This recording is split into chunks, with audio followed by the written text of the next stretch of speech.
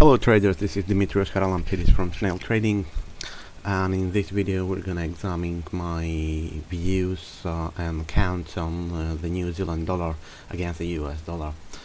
From the weekly chart there is not much to say. Unfortunately, the 14-week RSI seems to be supported by this rising trend line, and prices are still challenging the 21-week SMA, but with no break above it so far.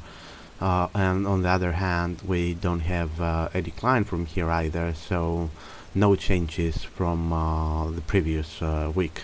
Another candle has formed here that looked like a doji, which reflects investors' indecision around these levels and near the possible long-term breakout that we will examine here on the daily chart.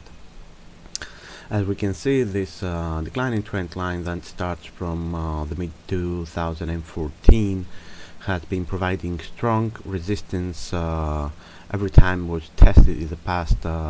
It was rejected and followed by a sharp rally, a sharp sell-off. But since it was tested for the first time here on, it was let me see this. It was on the 4th of February that was tested for the first time. We had a somewhat strong sell-off after that, but prices remained supported by the SMAs that appear to be very near to each other at this zone here. And since then we have 1, 2, 3, 4, 5, 6, 7, 8, 9, 10, 11 days that prices are actually challenging this trend line, and we can have a clear winner for the battle. We had a close here above the trend line, and again a sell-off followed, and since then this trend line provides solid resistance. On the other hand, despite this battle here between the bears and the bulls, the RSI remains above the 50 neutrality area, the 14-day RSI this is, and it remains above the 50 neutrality area, suggesting that the bulls are strong. However, we see somehow some resistance here by the 9-day SMA of the RSI, but it does not mean anything unless we have a decisive move either to the upside or to the downside, which I hope it will happen at some point next week, as we are approaching prices should if the trend line has to hold, sooner or later prices should break below this vertical resistance, this horizontal resistance support that we'll examine in the lower time frame, and we will have our answer either on the bull side or on the bear side. I remind you here the different scenarios that we have for the pair.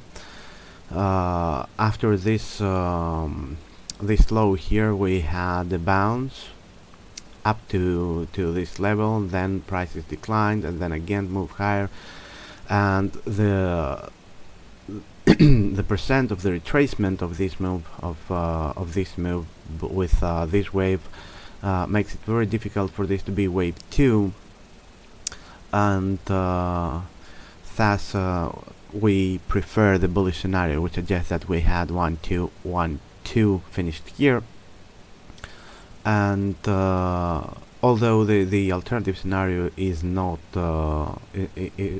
invalidated, we can have 1, 2, 1, 2, and we'll continue to the downside to much lower levels in the future. And there is also another scenario that suggests that we have A, B, C, D, E for a triangle of wave 4 here, and then we continue to the downside. So 3 alternatives here. Our primary remains the bullish one, and if we look at the 4-hour chart here, we see actually what happened last week. As prices dropped from the high the previous week, and we had a rebound here that was rejected around those levels, prices continued to the downside until they reached strong support by three technical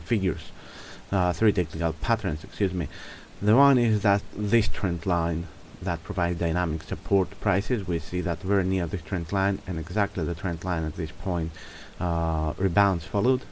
There is also the 144 period SMA on the 4-hour chart here. This is the 4-hour chart, okay? So it also provides support here, and of course the horizontal support level that seems to be holding very strong. In the past we see here prices were experiencing difficulties to move below and above this level.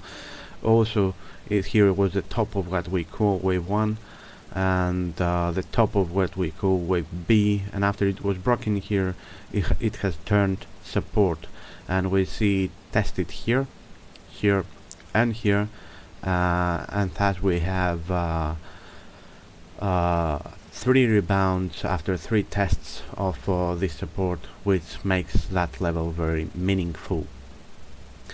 The alternative scenario therefore should be that this is wave 1 of 3 and this an A, B, C for wave 2 finished here, and although we can count this move to the downside as a 5-wave move to the as a 5-wave move, it is again little probable that this move here is a wave 2 because it has retraced very deeply, and if indeed it is a wave 2, we will have 3 consecutive wave 2s that have retraced more than 90%, more than 95% of their wave 1, which makes it even less likely to be the case. So I prefer the bullish scenario, which suggests that we have 1, 2, 1, 2 finished already here.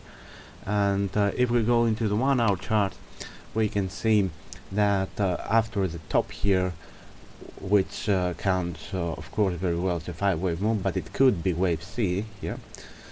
I count this decline as A, B and C for a W here, a next wave and a Y here, trading within a channel, and a rebound from here. This looks like leading diagonal. Then we have a correction to the downside. It looks like a 3-wave move to the downside, rejected at this level, which I believe that was wave 2, and thus we're expecting higher prices from here, which goes well also with the break of this downsloping trend line on the 14 period RSI on the 1-hour chart. Overall, although there are alternatives, I prefer the bullish outlook for the pair, and we're waiting for next week to provide more data and see how this scenario will play out. Until then, thank you very much for watching, and see you next week.